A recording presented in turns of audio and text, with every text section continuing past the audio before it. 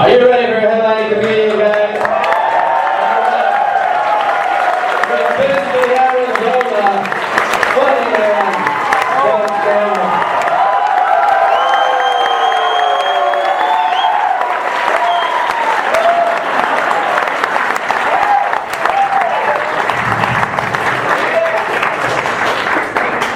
The funny image in my head when I heard that joke was you carrying her body around afterwards.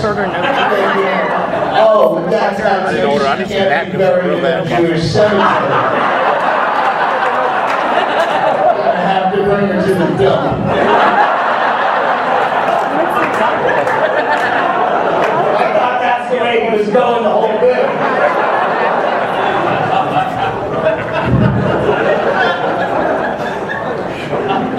Hey, Don, how are you? Good to see you. Did you read Harper's? Thanks. Yeah, you read it. Can you, I'm done with that. The show. If you were here last time I was in town, it was air conditioning broke down in some old fucking dump, that old church theater place. It was August. It was not a good show. I try to stay away from the, after that show, that'll send you scrambling to an improv really quick. 180 degrees, all humidity. Improv's not bad. Jumping juice, eating the Cheesecake Factory, suck it up. Very nice here. All right, I'm not in to do comedy yet. I've been backstage chatting with people, and that never. I'm in a good mood, and I'm going to try to ruin that with alcohol, so I'm funny. Yeah, I'm gonna. Thanks for that. Thanks for that, life coach. That hadn't occurred to me. Fucking 23 years of doing this where that's worked every night. Oh, I'm going to do that same old bit of drinking more. Since you requested it.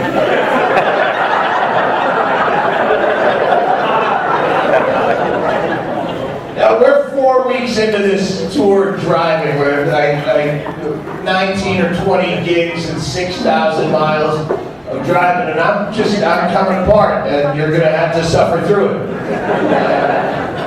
I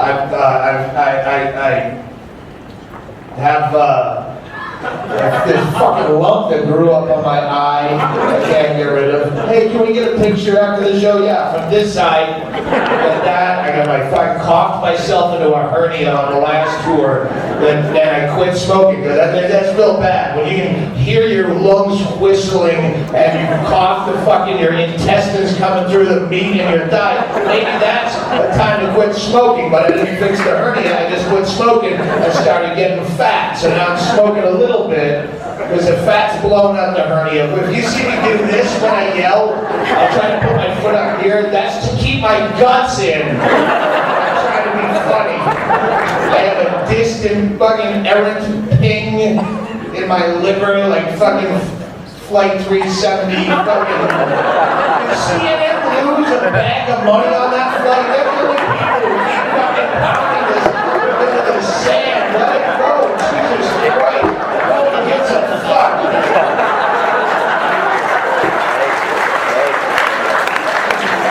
It's like they went all in on the story. Like there's a poker tournament.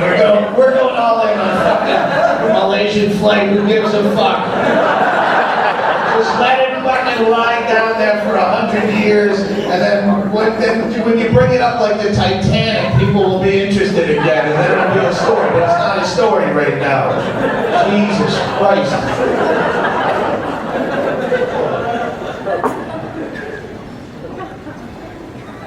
Boston Marathon anniversary, thank God. I gave them a fucking break.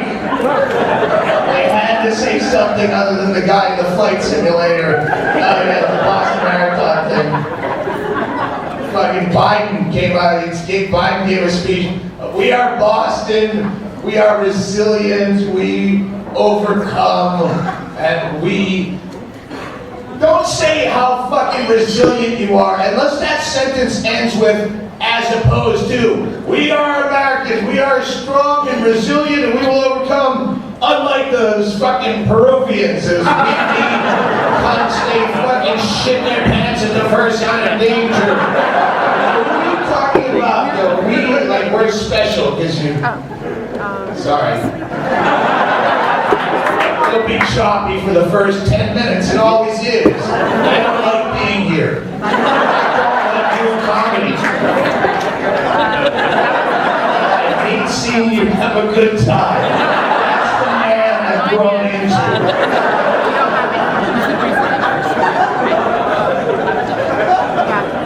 I had a fucking tag for that other thing, now it's not my head. So I have notes. I have notes right here if I need them. That's not notes. I have notes somewhere. Here. These are notes. If I have to, I'll look at them. If your peer pressure makes me succumb to doing fucking material that works, and I have to pay, I will look at these. Boo. Boo you. Who are those people? Oh, we spent that much money. You didn't spend that much money. Working off of notes. That's not professional. First of all, you don't know what is professional in my profession because you don't do my profession. I'm the only Doug Stanhope that I know of who's Doug Stanhope. That's the beauty of this. I don't even take a shit and it's fine. I'm not being sending to you because you've never been a Doug Stanhope. You don't know. Don't bring your Home Depot fucking rules down and try to... No OSHA laminated placard in my playground, you fucking idiots. If you think it's unprofessional to work off of notes, I'll say to you, watch any episode of Intervention. During the intervention, they will read off of notes just to remember why they love their family. That's not unprofessional. I think I can sign. You see a big shot, Louis C.K. or fucking Chris Rock. No, they're not working off of notes because they don't have to. In their off time, they have 100 fucking comedy clubs within 10 feet of where they live. They just have an idea. Hey, fucking almond flavored ice cream. I think that could be. And they just walk into the comedy club and kick whatever Carlos Valencia that was on stage off the stage. Mid-sentence, I'm Chris Rock. Joke about almond flavored ice cream. That luxury. Where I live, I'm 100 miles from any comedy club, so before a tour, if I have an idea for a fucking new bit, all I can do is write it down and hope for the best.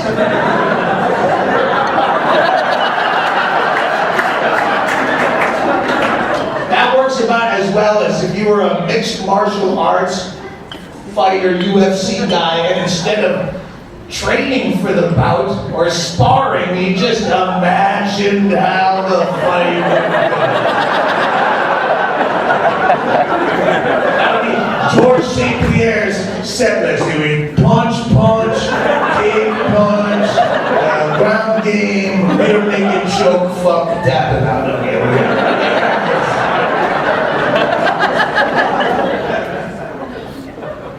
Difference being, you see him. Chris Rock or a Louis C.K., you ain't seen him here. Seen him at some fucking amphitheater for $112 plus Ticketmaster fees, and they're this big. That's how I keep my prices so low, is by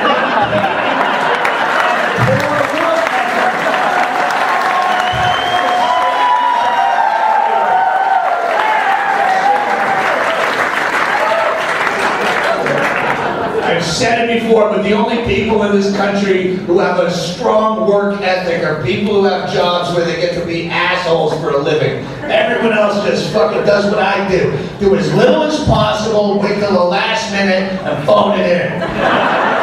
Maybe our forefathers had a strong work ethic. My great-grandfather built that overpass in that building. Yeah, it still works, so we can sleep in. Unless you're a job where you fucking jerk off. The guy who's gonna boot your car for unpaid tickets, he's got Employee of the Month plaques all over the fucking trail.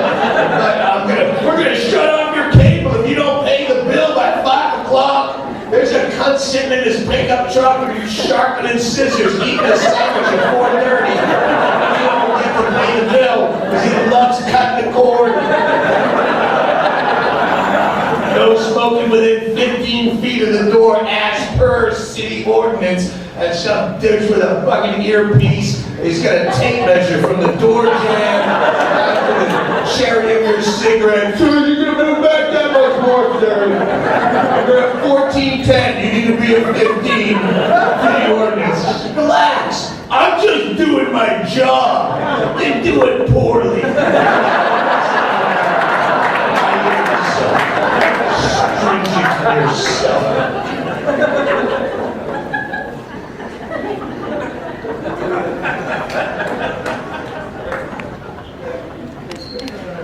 I'm just gonna skip over segues. It's an improv. They're gonna drop tabs at some point. I'm gonna go, oh fuck, I haven't really get into my act, and then dropping tabs. And then in my head, it's gonna be a lot of people not drinking. Order a lot now,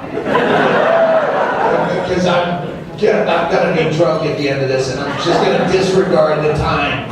So.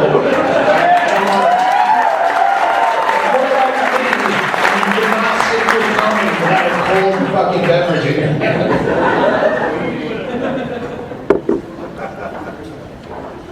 I don't understand money. That would be the way to get into this, rather than fucking big, clunky, dumb segue.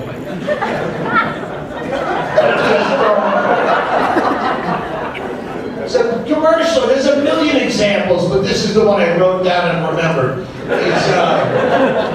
There's something on the NPR we listened to where they were saying they're trying to, federal government is trying to pass legislation that will put some kind of like kill button on all cell phones, like some self-destruct kind of lockout feature.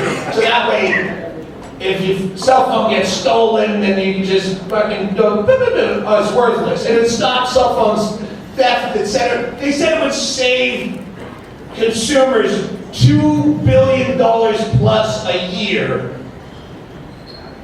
Just having that. You go, well, wouldn't that take $2.whatever billion out of the economy?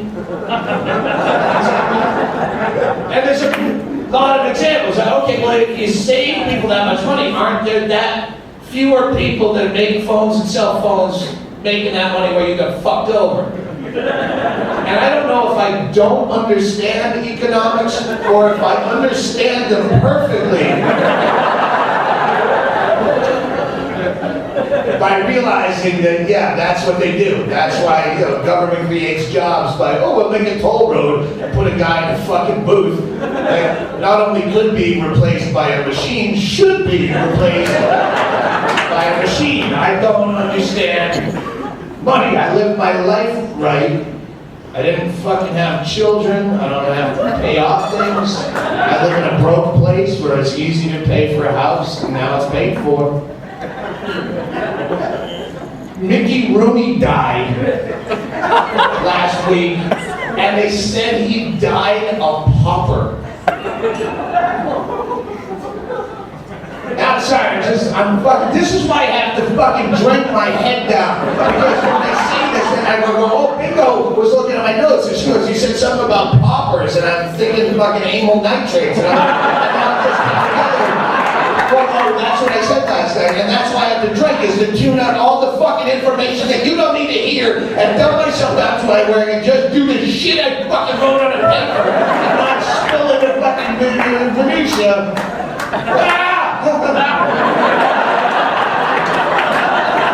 Fucking drink for 30 years, fucking every single night of your life, and trying to do this without looking like Memento. By trying to notes, I listen to every day, and I have to rewrite the shit I fucking wrote on paper the night before. I don't know what a pauper is, but they say he died with $18,000. So if pauper means broke, my fucking audience is broke. And you don't have have $18,000. It's just, I don't.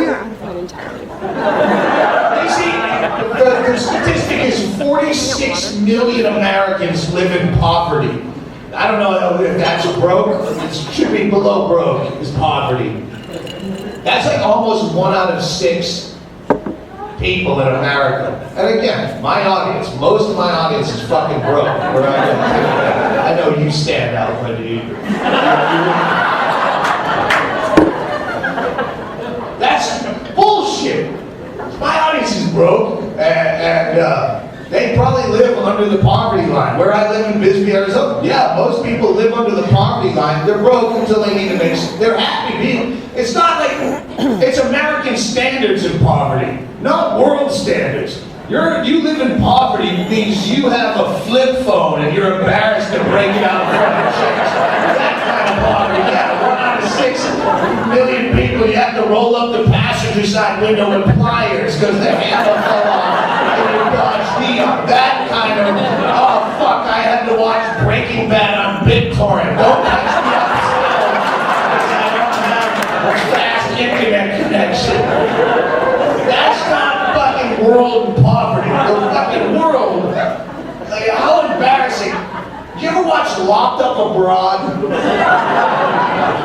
I want to see the abroad version of that show.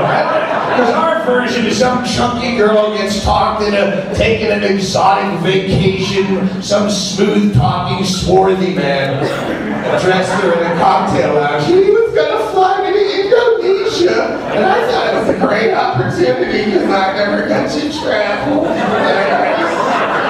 I had to do was carry a satchel of his in my asshole. It was going to help me pay for community college.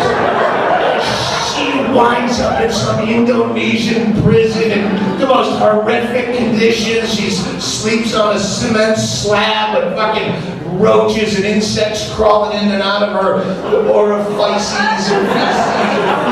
I don't know how to pluralize that word, but it holds. There's bugs in her holes and aggravates her. She's the last one to get the fish head in the right. It really is fucking horrific, but what they don't tell you is just outside of those prison walls, exact same conditions. The whole country the same way. There's a kid right outside the razor wire, free as a bird, living in a stack of tires, and he's got a shit fucking river running through his front yard. There's some brown water rapids of teeming with medical waste and spirochetes and disease. And yeah, he's free as a bird. It's like, I want to see Locked Up Abroad, where that kid gets the same opportunity to travel here on an exotic vacation with black tar heroin in his ass and gets busted at Newark International. 7 years in one of our fucking institutions. What a fucking horrific, sad letter home he would write. Dear Mother, I'm writing to you now from paradise. I now live in a palatial estate. My room measures a full 6 feet by 9 feet that I share with only 4 other men. Meals are catered to my door thrice daily. Relatively few maggots as compared to the home country. Every room in my castle has a stainless steel throne full to the rim with clean drinking water. So plentiful I can just take a shit in it as a goof and push a button and it's replenished with even more clean drinking water. I make 70 cents a day in the prison laundry, double that what Father made sewing shoes for Adidas. Mother, I can practice homosexuality openly for us, with no threat of being beheaded in the town square by the local mullah. fucking Muslim equivalent to a priest or a rabbi is. If I'm wrong, I'm moving to correct me after this show. Put it on your comment card. That is, by the way, for the record, that is commentary on how fucked up the rest of the world is compared to how you fucking cry about poverty here. I say you, we. Yeah. It's not commentary on fucking prisoners having too goddamn good in this country. Because you know that guy. He's not here tonight, you work with him. Fucking prisoners having good goddamn deal if you ask me. Fuck yeah, where do I sign up? 3 square meals a day on a fucking state's dime? Free cable television? Sign me up for that country club sweetheart deal. It would sound like a good goddamn deal to you because you're a fucking loser, zero, fart meat, barnacle on society. You never aspire to much more than Swanson, Hungry Man's, and Duck Dynasty. So yeah, a sinner box would be perfect for you if those fucking quiet death were not an option.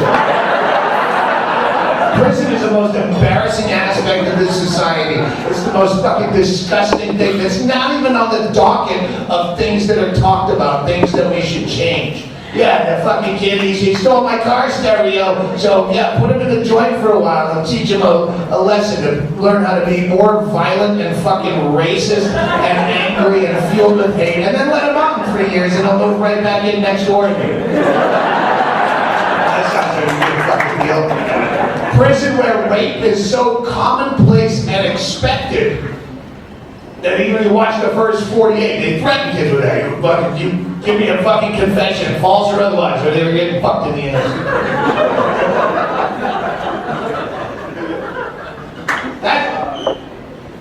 What Carlos was talking about, rape jokes are not funny. That's been an internal fucking memo battle for the last year since Dan Tosh made some rape-a-side and some blogger wrote. So yeah, there's the whole Janine Garofalo, Jamie Kilstein, that rape is never funny contingent of comedy, and then there's comedians.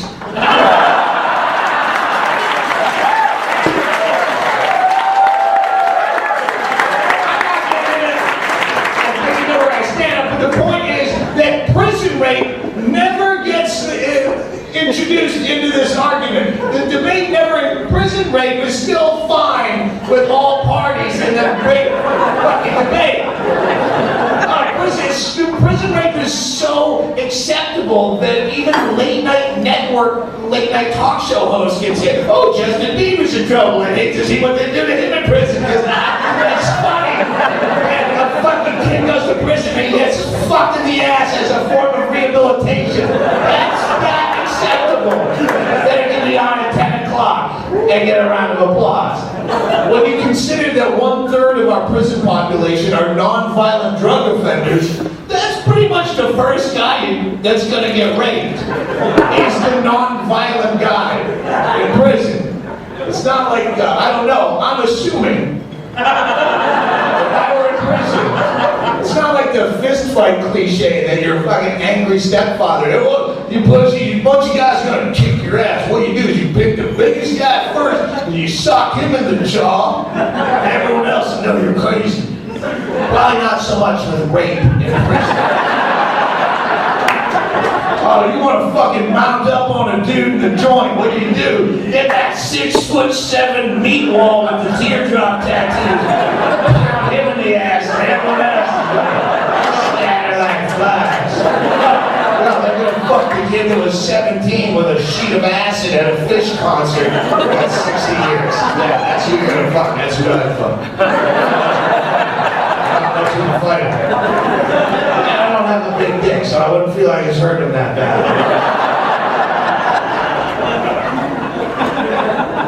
I wouldn't be on coke, because there is no coke, so I'd come pretty quick. My point is this, rape, for the record, is not funny. Your kid's jogging across campus and someone fucking tears out of the bushes and pulls her in and fucks her inside out. That's not funny unless she had weed on her. And it's don't do the crime if you can't do the time. No double standards in that. Can I get another vodka, soda, small shot, or something? I'm gonna skip the segue here again, and I'm gonna go right to the mentally ill. I could have used the segue about how we warehouse mentally ill people in prisons, but that would just be putting way too much point in without enough butt fucking. You know, I have to achieve a balance to be considered in the meeting still. There must be one butt fuck or rape per point. Salient points. Not without butt fucking, sir. This is comedy club. It does say comedy. No, it says improv. Which is the worst kind of comedy. It's really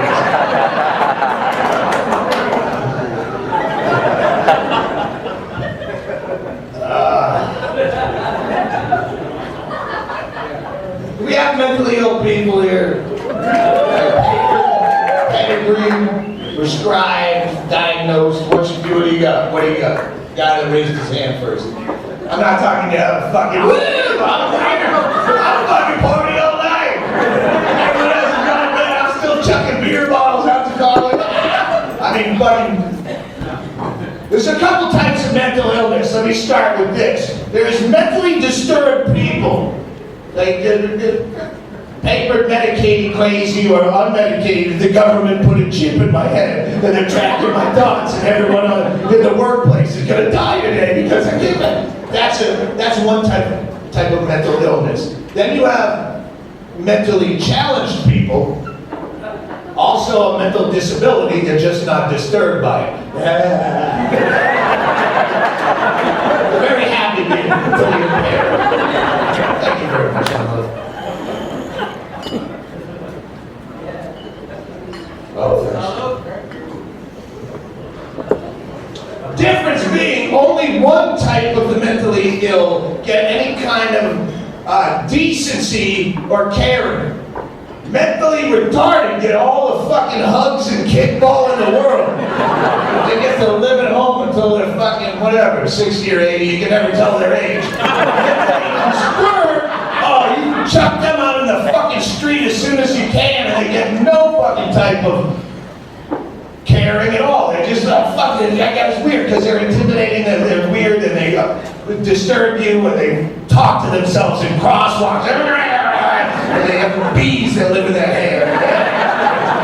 You know, if you make eye contact on the street, all that shit in their head is going to be your problem. So you just fucking castigate them. I don't know why I try to use fucking big words when I'm drunk, Chili, but you just don't take care of them. And occasionally, randomly, but well publicized, occasionally that kind of crazy person will go out and kill a bunch of folks. And that makes big news, and then you don't want to be decent to them. You want to hate them. Fuck that great, but give them the death penalty. Retards never kill folks, so they get to stay at home. No one ever says, did you hear about Kevin? He went all downsy and shot him. He went full on special needs and drowned his own children in the bathtub.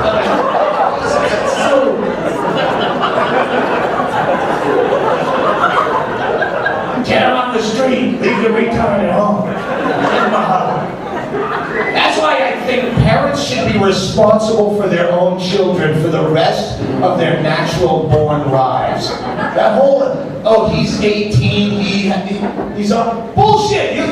Anytime you make the decision to have a child, you're taking a gigantic risk. You have no idea what's going to plop out of that front hole. And if you roll shitty dice at that craps game, society should not be responsible for covering your gambling losses. You make the quarterback, you reap the rewards. You make the fucking lunatic, yeah, clean up your fucking mess. Pay your gambling marker, motherfucker.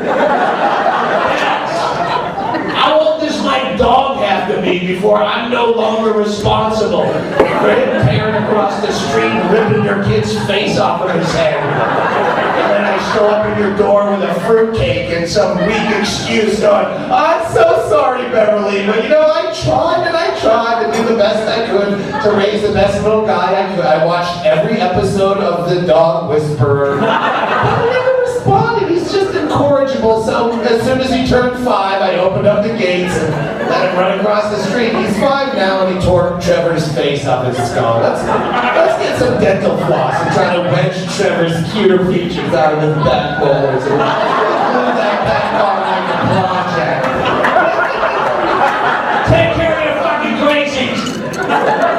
If my parents were alive Today, I would sue the fuck out of them just for having me without my consent. how is that okay? You just make a guy and then I don't like it? And it's my fault? Fuck you! Damn you, I would sue you at the money, you bad people. It's just the hubris of you can have me. I used to be nothing and I didn't exist and I never had a bad day. And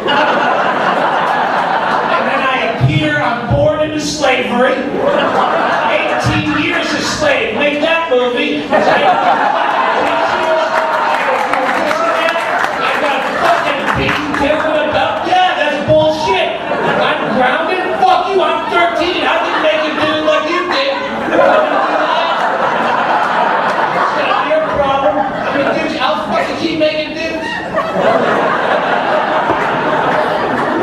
We all show up on this planet in the same condition of just terror and confusion, and like, what the fuck?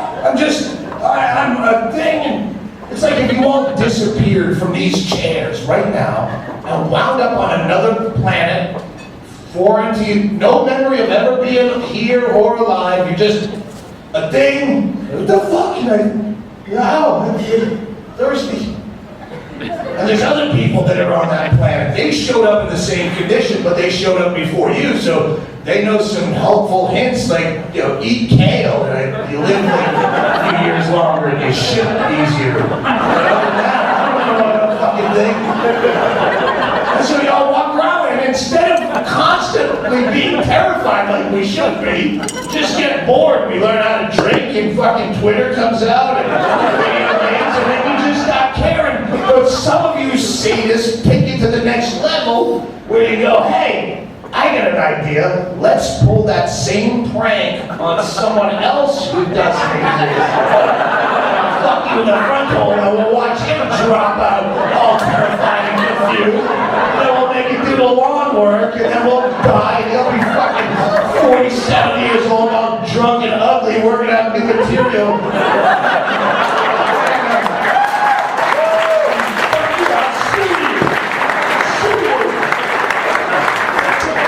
It's rude. I'm all fat here trying to tell jokes. I'm trying to suck on a straw that's a swizzle stick. Found out mid-slurp. Motherfuckers.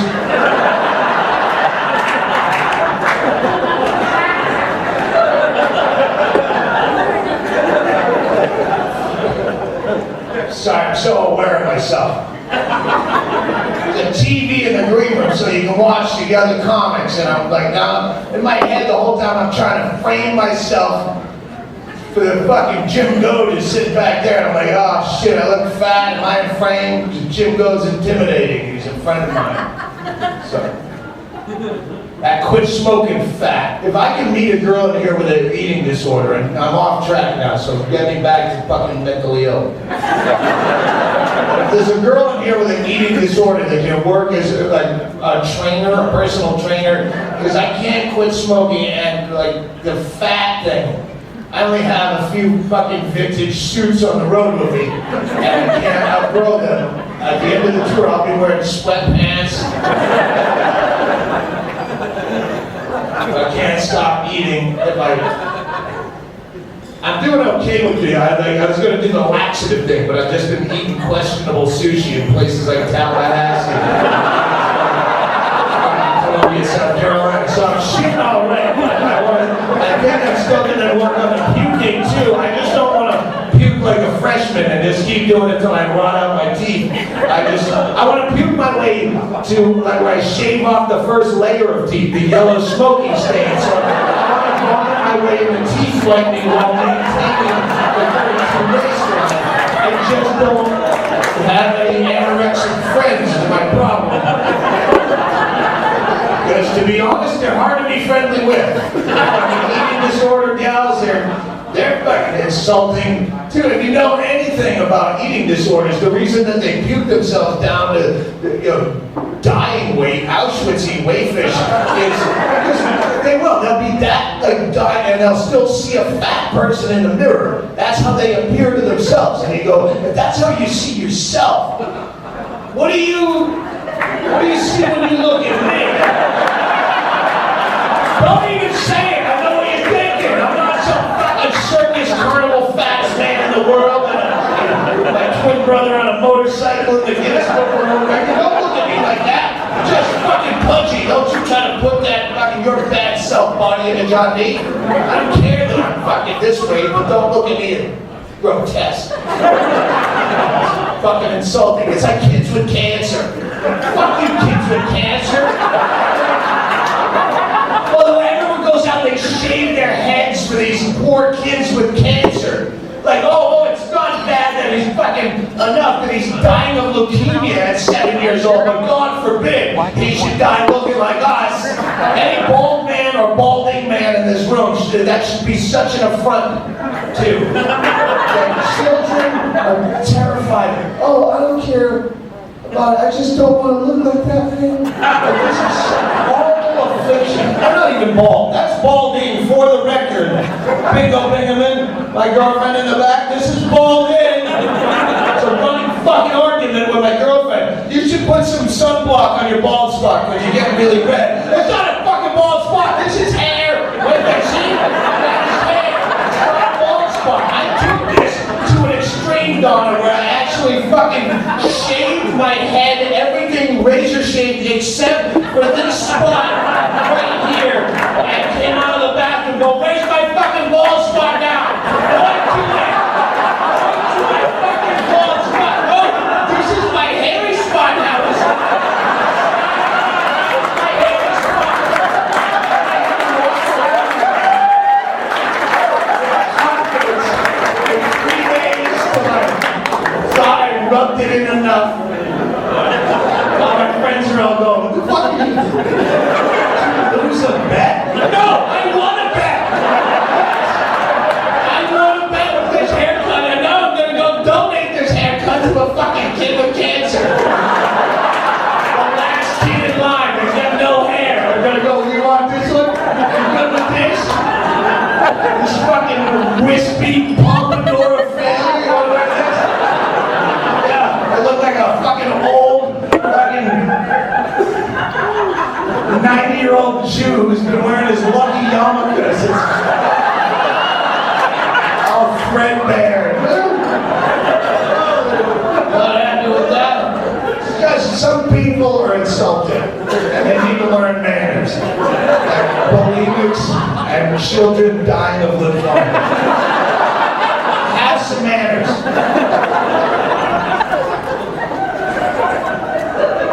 Back to the mentally ill. All right.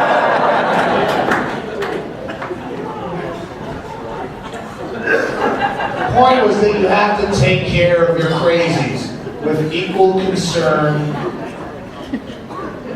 Where I live, are you telling me there's not a fucking one, like, diagnosed mentally ill person in this fucking place?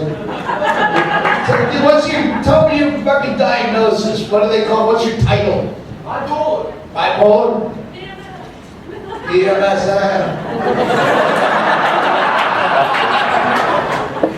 See, again, if I had fucking said, hey, who's got funny cancer? Yeah, my grandmother just got pancreatic cancer. Crazy people, yeah, you can fuck with them. Sure you can. That's right. Hey, what's your favorite type of retardation? Oh, no. You can call crazy people anything in the world. Lunatic, whack job, fucking nutso, schizo. You dropped the tard bomb in mixed company. The conversation will go flat for a while. I can call them retarded because where I live in Cochise County, Arizona, where they take care of the retarded, still have a big bright sign, vintage 1963 on Highway 80 in Douglas, Arizona. Douglas Association for Retarded Citizens.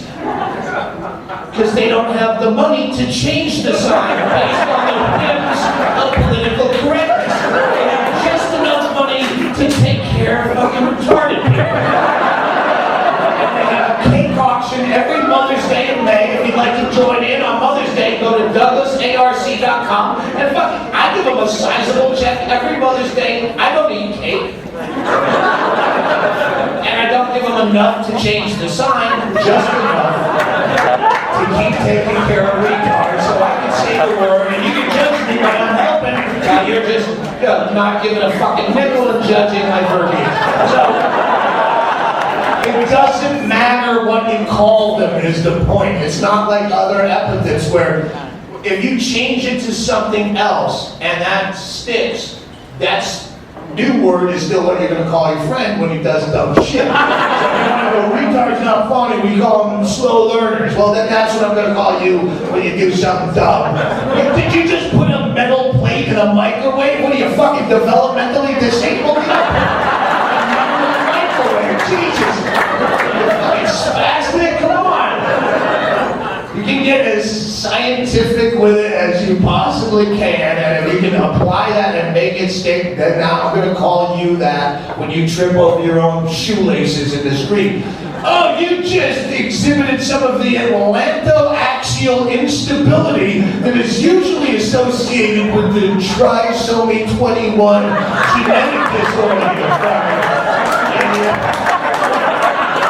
And you'll still have some woman in the back going, "That's not funny! My son was born with the trisomy 21 chromosomal imbalance. Have you ever had to raise a child?" In my head, that's where she's being drug out. As she's trailing off, she's being drug out.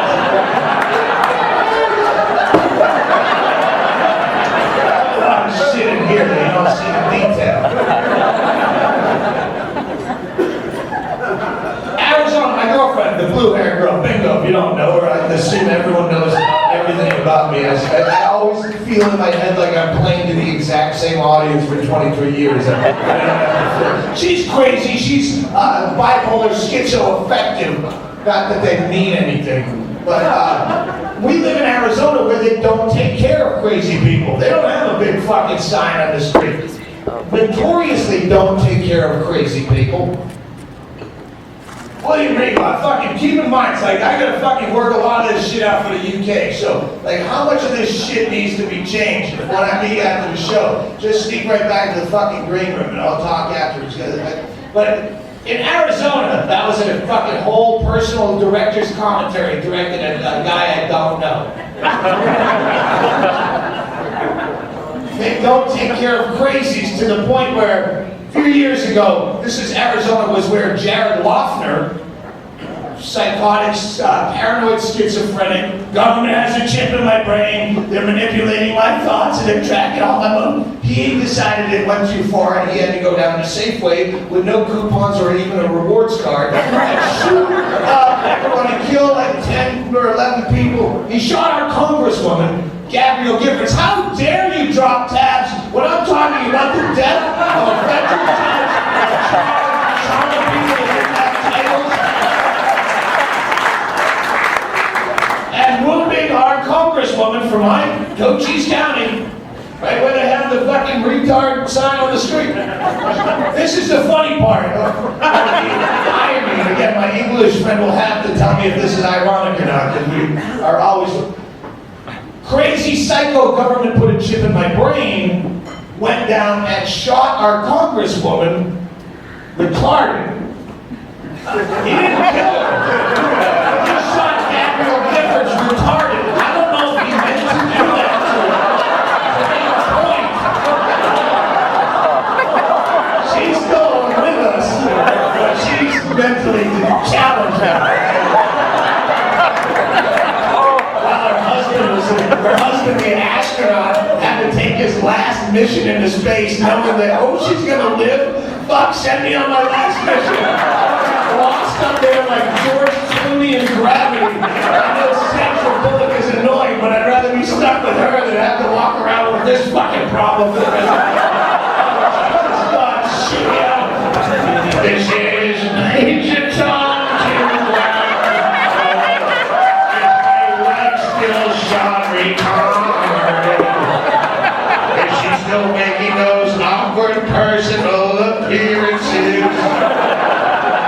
Where she talks just like Mary Kate Buttafuoco. This is only funny because at the time our Congresswoman Gabrielle Giffords was shot in the Great Retarded, he ranked 49th in mental health care under her watch. Yeah, that's a little instant karma gonna get you right in the bean, Daddy. Maybe you should have took more of that retarded money Crazy's way.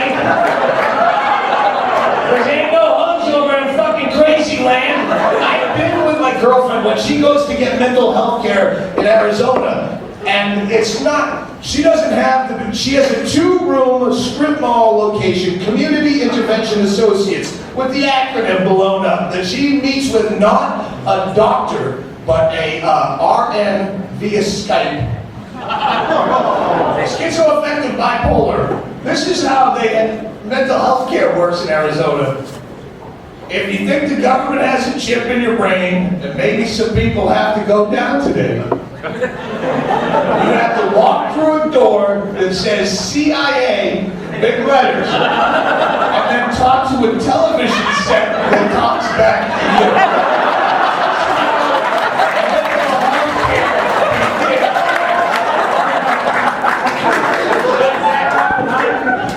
But you just don't want to hear my jokes. I don't know. That's not the best thing you want to see from an audience. Sleeping would be worse, but I don't have monitors out here. Maybe I'm blowing you out, or maybe you have tinnitus, or anyway. I was in the room with my girlfriend talking to her quite literal cliched, I'm not a doctor, but I play one on TV. Okay, just said it there. I got you, man. I gotta give you my sponsor. This should be I'm sponsored, so I have to have my sponsor sitting here right all the time. We'll get to this.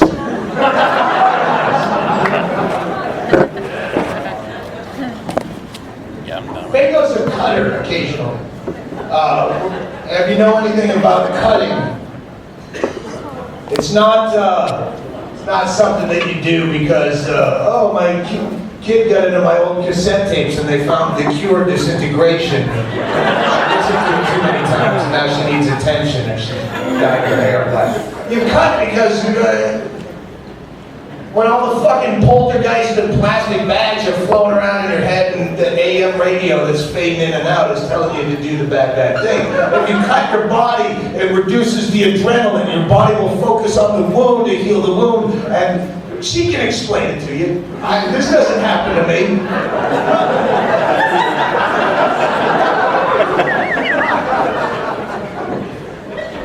My girlfriend is trying to explain what the doctor, not doctor, should know to her.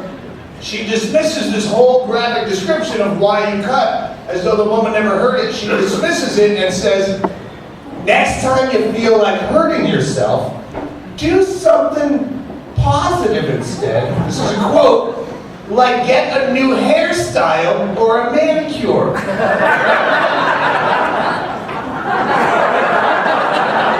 And you wonder why people are getting mowed down in hails and gunfire for mental health issues. Next time you feel like killing a congresswoman, turn that frown upside down. Get out there and do something fun. Get a mud wrap or some aromatherapy. Try some putt-putt. Come on.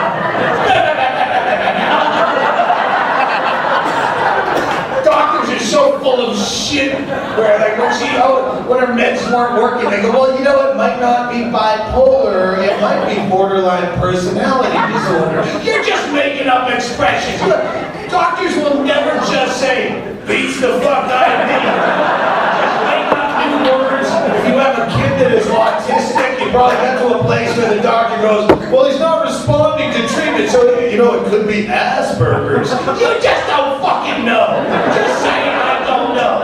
Don't draw this out. Doctors are so embarrassingly...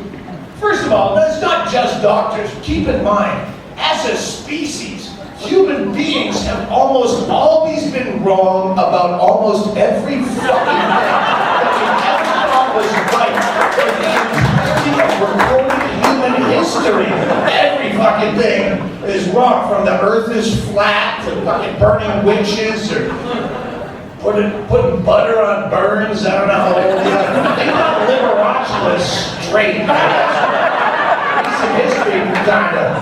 Every fucking thing is wrong. Doctors especially, from applying leeches and bleeding people. And before Jonas Salk cured polio, they thought that stray cats were spreading the disease. That was the common thought of the day. So they would go out in teams and round up stray cats by the tens of thousands and just murder them to stop polio. How great would you feel about yourself being one of those volunteers out in the killing fields of cats? You got your rubber hip waders on, you're covered in cat gut from head to toe, one after another.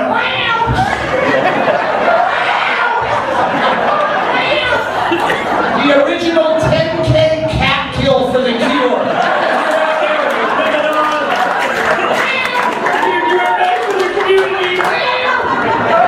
And then Jonas Salk runs out of a trailer going, wait, what the fuck? Stop, not that, no, Jesus.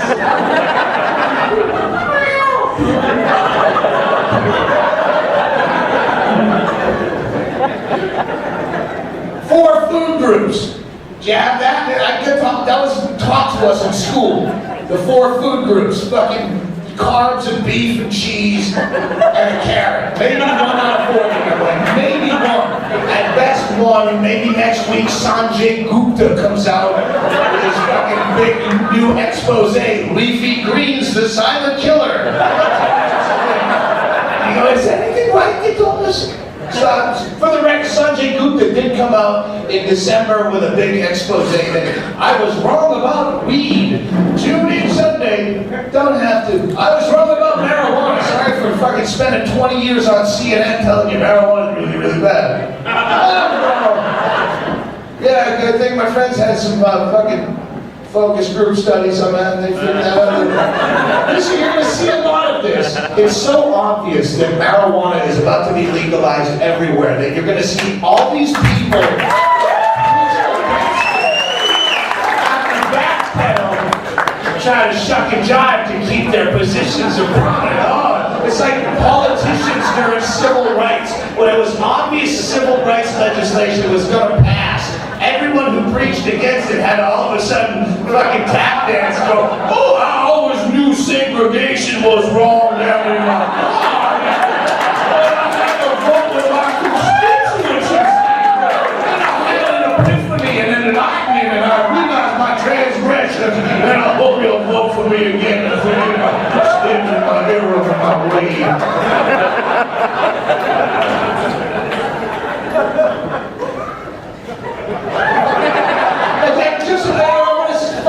Just because we've been wrong about almost every fucking thing for all of eternity doesn't mean that you might not be right. Occasionally some guy does get some Jonas Salk shit right. And my audience is not going to be anyone curing polio.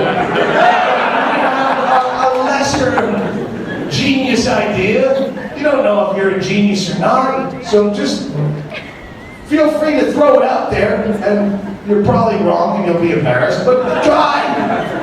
There was a guy, a kicker for the New York Giants in 1959. His name was something I never remember, but he's Hungarian. He's the guy who changed the fucking NFL special teams. They used to kick field goals in the most stiff, ridiculous, just boink. That's how, if you watch old black and white NFL film, they just boink. Like, have you ever played the vibrating football game with the little players? You have the automatic quarterback and kicker, and you flick them and you just go, boink.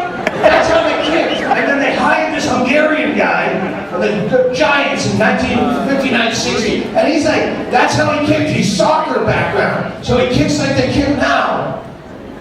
He didn't know he's a genius. Just like, I don't want to learn how to kick a football like a dildo. So I'm just going to kick like I kick. And he revolutionized the game. So if you have an idea, it might be stupid, but just kick like you kick and fuck them if they can. I used to, when I would jerk off in the shower, I would notice that as soon as my fucking load hit the standing water, it would coagulate into this fucking angry gummy bear that was aggressively trying to attach itself to your toe hairs. And that's, nobody wants to get down and deal with that problem. I don't want to get on all fours and then try to pick it up with tissues. So at an early age, I realized if I put my shoulder into the shower stream, the shower water would go down my arm so I could manipulate it like a super soaker effect. And I could dive each lump of gizmo down in the drink bowl.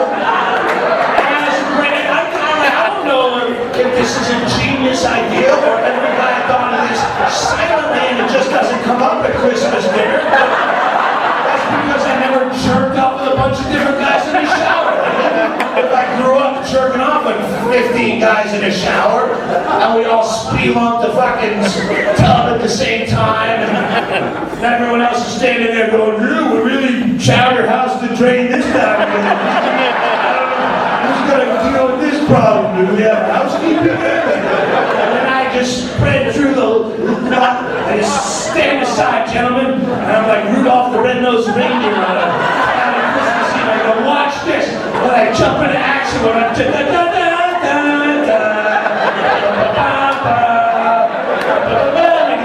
chisel down, they hold me on my shoulders and carry me out in the shower. And forever forward, it's known as Stanhope in the drain. It's a genius idea. And I leave my own mark on society. Jimmy, you're in that shower an awful long time. I hope you Stanhope the drain when you're done. Just don't know. My goodness. You know, every time I fucking yell like this, fuck, my hernia is popping out. You know that. I do this for you. Shut it. Head towards and close. Get Jägermeister tattooed on my toes.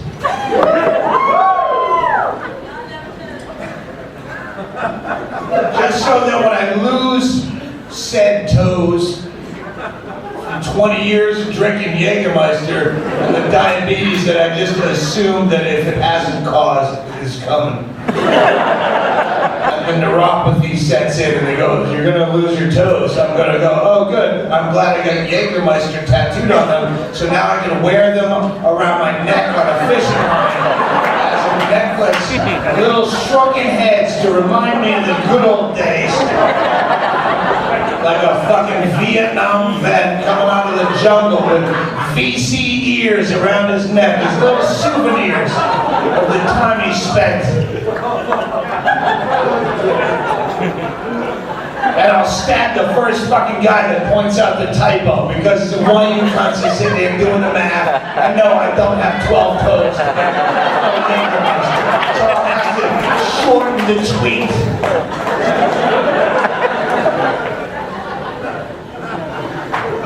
And if there's Vietnam vets in here, stop wearing those stupid fucking baseball hats that has to tell everyone Vietnam vet with your platoon and your fucking Dang Wang 68 to 71. Jesus, why would you promote that? You got so fucked over in that war, like openly fucked over.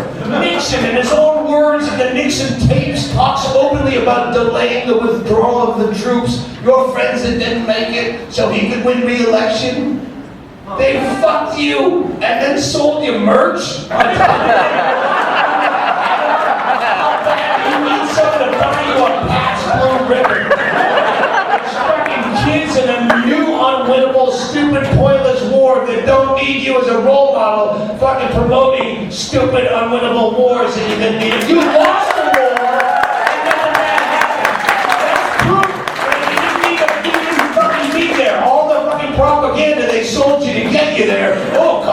listen, if we let it go here, all these other countries will fall like dominoes. You lost, and it didn't happen.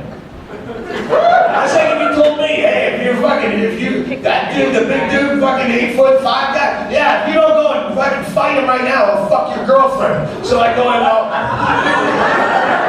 gonna stand up for my girlfriend, and then you just beat me to a fucking ground beef, and I come back, and then you never even looked at my girlfriend after. I got pumped on this. I was never gonna fuck my girlfriend. I was never about to speak Afghan. Just take off the fucking hat is what I'm saying. You with your Vietnam hat is like a fucking rape victim walking around with a pink trucker cap that says molested stepbrother 82 to 86.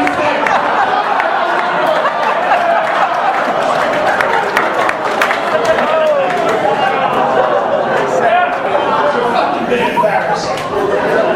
Let's get to my sponsor so we can get out of here. I have a podcast. Oh, hey, I see what you did, you fucking asshole.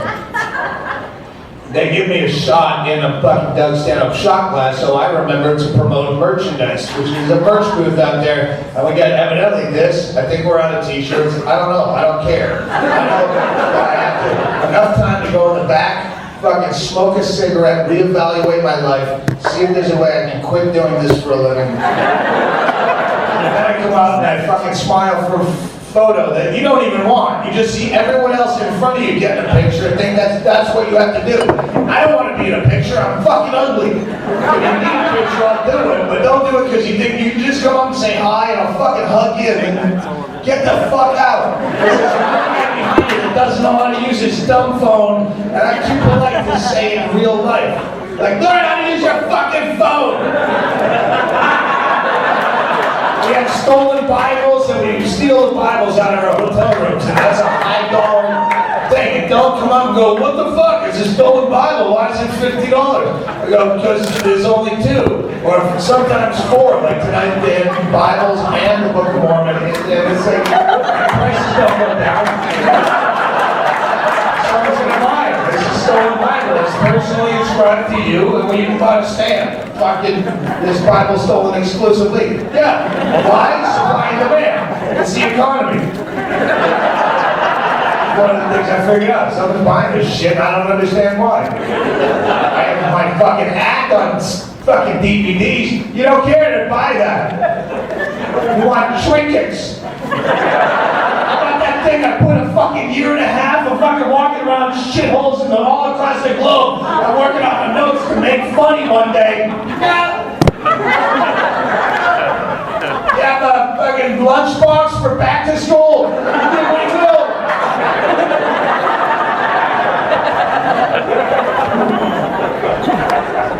I have a podcast. If you have free time and most of you do.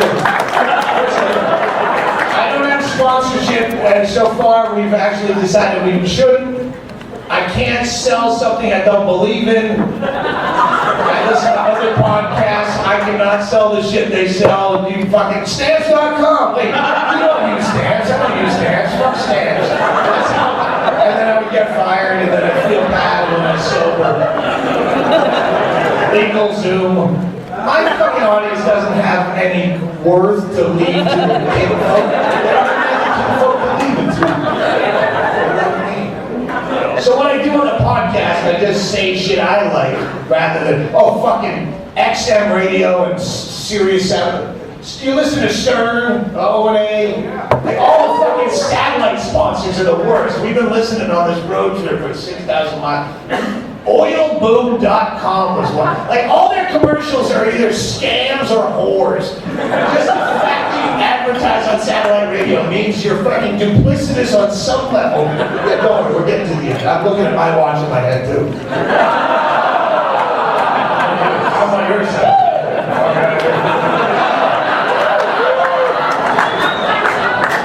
It's like if you want to buy an $80,000 oil derrick, really? On a .com? No address? Some... Or whores, AdamandEve.com. You want to spice up your love life? I talk like a whore, as they told you to. And the tag is, if you order right now, we're going to include a gift so naughty, we can't mention it on the air. You're on Howard Stern, cunt. What can you not say on the air? Really? You just came out of a fucking segment where you had a prostrate, bloated, middle-aged man he's a regular guest. He gets off with chicks puking on him. And you have paid whores vomiting on the cock and balls of a naked old dude, and you go to break, and you have a gift so naughty, you can't mention it on the air. Is it anthrax? Is it weapons-grade uranium? Is it heroin? I'm intrigued. If I order your wiggly gummy butt plug on your fucking website, will I get a real fetus in a jar for the sideshow? I need to know how much to tip my postman at Christmas. We're turning a blind eye to this never happened. CougarLife.com there. Hot, sexy cougars waiting for you right now. I can't believe you're still at the show. Hot, sexy cougars. I was talking to Ansel about that the other day. Right Trying to get him. At the merch booth. Cougars, when did they take skanks off the shelf in a massive recall and polish them up and rebrand them and remarket them as MILFs and cougars? Oh, no, no, no! I don't know! You're a skank! I should be like one of those fucking Jewish fucking whatever leagues searching out old fucking Nazis in Brazil. I know you! You're a skank! You're a skank! Get over here! I have nothing against skanks. I love you. I came up with you. We grew up together. You helped me through some tough times. I slept on a lot of your couches and inside of some of your orifice highs. I would not be where I am today without the love and nurturing of beautiful skanks. But don't come back to me with this new title and try to charge me to go to a website. You're fucking beat up last call options at the bar. And we need to stay. We worked a club in Erie, Pennsylvania, where the bar across from the comedy club was Cougars Bar and Grill, catching on the prowl.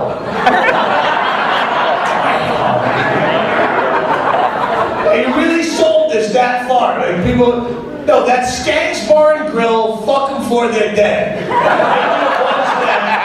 Until maybe they got John Taffer to come in with Bar Rescue.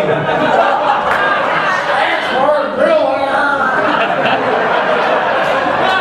I would be sponsored by Skanks Bar and Grill. That's something I could sell. Everything I could sell on a podcast would be something that wouldn't want me to promote them. Hey, do you need Coke in Tampa? And his lady called Carl, but I didn't even fuck that up. They're like, he'll talk forever. You get the Coke with him. It's all right doing Coke. What a fucking wet-brained idiot Carl is. So one of the sponsors that we have regularly on the podcast, because now our sponsors are things I really use, and they don't know that they're my sponsor. Sacks underpants if you have long hanging balls.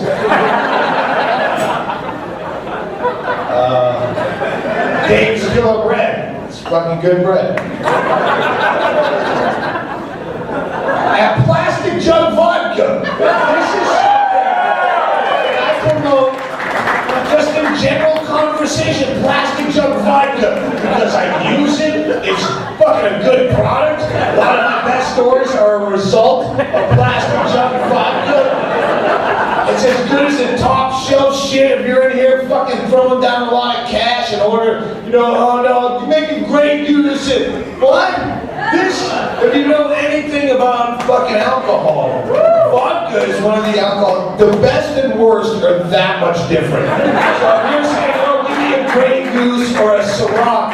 You're a fucking mark on a carnival midway. You might as well be throwing weighted softballs at milk cans than an old Bart Simpson ball with buses.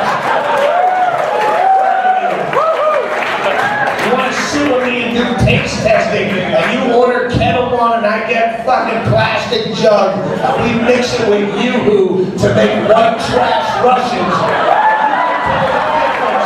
Mr. Moneybags, then go win a fucking prize. So at one point I thought, wouldn't it be really funny if we could get sponsored by the Plastic Jug Vodka? My business partner, his background, he was the international marketing director for Macallan's Whiskey worldwide. He knows people in the business. I'm like, see if we could we picked Pop-Off because it's the most popular of the brands. So they're all the same shit vodka. All this vodka in a plastic jug comes out of the same rusted water tower in Ghostown, New Mexico. They just keep switching the label. So when you get fucking cirrhosis, you go, oh, I'm gonna switch to a wolf stick from 40 cents more. Or Aristocrats, I don't know what yours is. Then it's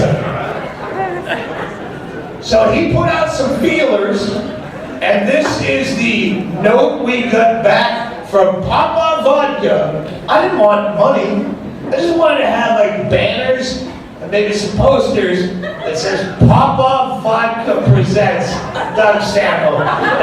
So people would go, Papa, isn't that like homeless person? I'm like a homeless person trying to comment, you know, so such a sweet match, and we're glad for thinking about it. So we got the word back from Papa Vodka. Papa Vodka would not touch Doug Stanhope with a barge pole. Not even the cliched 10-foot pole. They had to get poetic in how much they did not want me to speak highly of their brand of alcohol. And I've not expected a lot out of this career. Decades plus. I didn't want a fucking Emmy for a TV appearance or a Grammy for any of these CDs I'll try to be shoving in your pockets on the way out the door. The fact that there's this many people still listening to me rot on stage, it gives me goosebumps.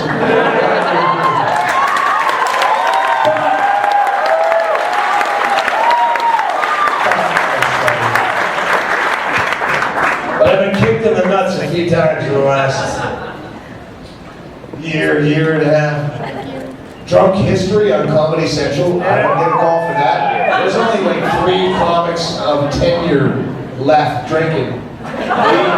Ron White, Tom Rhodes, and myself, I think, you guys have been doing it this long, but it's still fucking.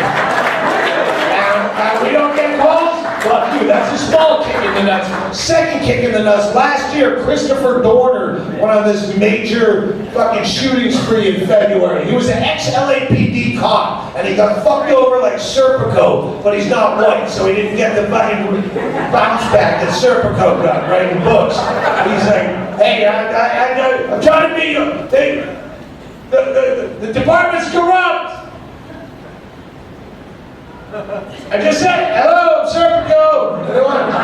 They fired him, they fucked him over. He tried to go through channels. And then he said, fuck channels. I'm just going to come up and kill a lot of cops and their children and families. I don't know how well you know my act, but that's my bit. I used to do a bit about don't kill the cop, kill his kid, you know? Because that way he has to live with that grief the rest of his life. Why? Yeah, because he fucking told me to turn my fucking music down at 9:15, and the noise ordinance clearly says 10 o'clock. That's why I sat in a park dressed like fucking Predator in rags with a silencer and a scope and fucking squeezed the trigger and watched your fucking kid's head as he ran for a frisbee. Turned into an exploding tomato. Bad time. It's not an album. most of that was riffing it. But the point is, when I saw someone really doing it, I was immediately a fan. I went on this 2-week fucking family cop killing spree, and then they burned him out of a cabin in Big Bear, California, Waco style. I don't know if you remember. It was the fucking Malaysian flight who gives a fuck story of the day that you don't remember. It was everything for 2 weeks, and then forget it.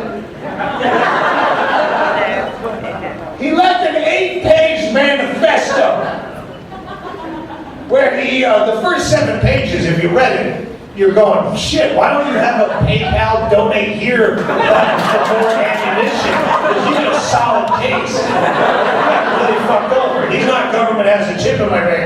No, he's like, oh no, here, look. Yeah, okay, that equals fucking kill. Yeah, even the fucking fetus, kill the pregnant mother, then one in the belly, one in the head. You go. Here's a fuck. But then the last page, he kind of drifts off like the end of this show.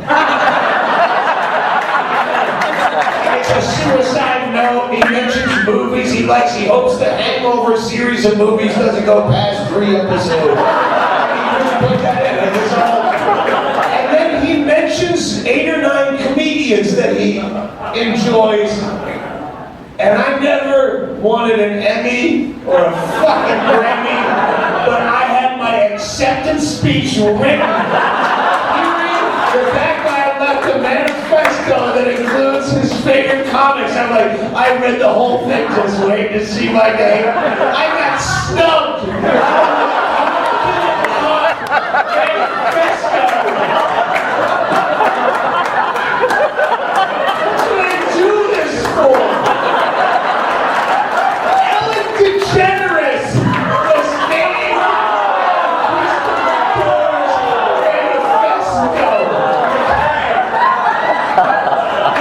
Jeff Ross, Jon Stewart, they're fine comedic beat, but that's not what you're putting in the CD player when you're trying to jack yourself up. You're putting on the fucking flak jacket and the bows of ammunition and the fucking knuckle knife in your shoe, and that's when you're gonna get geared up. You're gonna put Margaret Cho in the fucking CD player.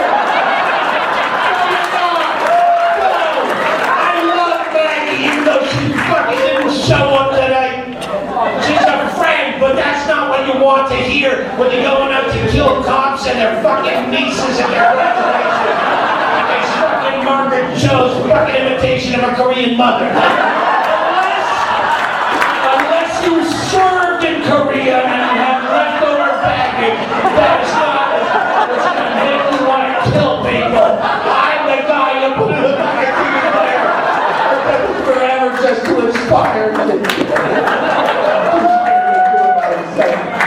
That's not kicking the balls enough. Pop off vodka. The shittiest fucking low rent garbage vodka. It's vodka. It's ulcer tonic. This is homoplasma. That's why it comes in a plastic jug, so when they finish it, they can use it as a pillow when they sleep on the railroad tracks or lose their feet. It's not even bottom shelf vodka. This is lower than bottom shelf vodka. This, if you don't have Pop-Up in your hometown, is usually resides in a shelf underneath the bottom shelf. Then you have to have a buzzword, password, like a speakeasy. You step on a Get Smart button, and this pops up from beneath it. It's the bottom shelf vodka, and I am not good enough to just say nice things about them. So from now on, I am sponsored by Pop-Up Vodka against their will.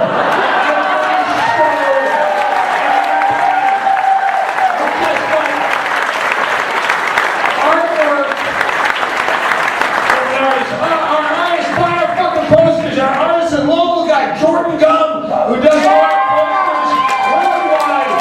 Fucking love him. We're getting artwork with Pop-Up Presents that they don't know about. We're going to sell Pop-Up Presents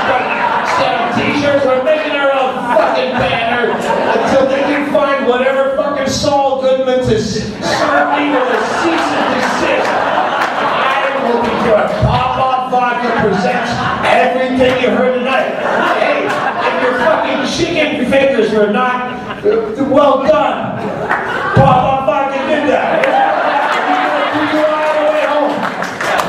If you had anything to drink, Papa presents this fucking .26, Your Honor. We have no bets. Fuck you. Drink some Pop-Up and get over it. Girls with eating disorders, drink Pop-Up vodka. It'll help you throw up so much more smoothly. You don't even need a finger in the back of your throat with a Pop-Up vodka. Fucking retards. Yes, your mom probably drank Pop-Up vodka.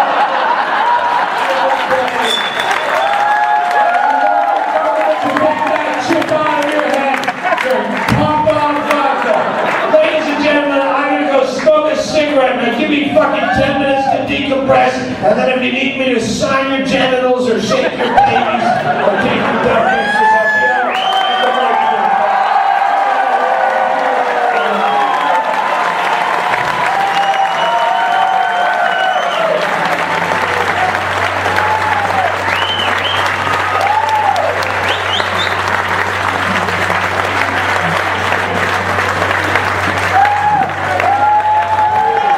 Doug Stanhope, let him hear it. You guys have fun tonight? Yeah. Give it up for the conference zone, Jonas Lindsay, and Mike Oden. One more time for Doug Stanhope. That was amazing. We'll see you tomorrow night. See you in the tickets left. Please check out the improv.com. Please come back and buy some of his merch. Say hello. Thanks a lot, everybody. I'm trying to take, because if you're over here by the bathroom, I'll just take a picture of it.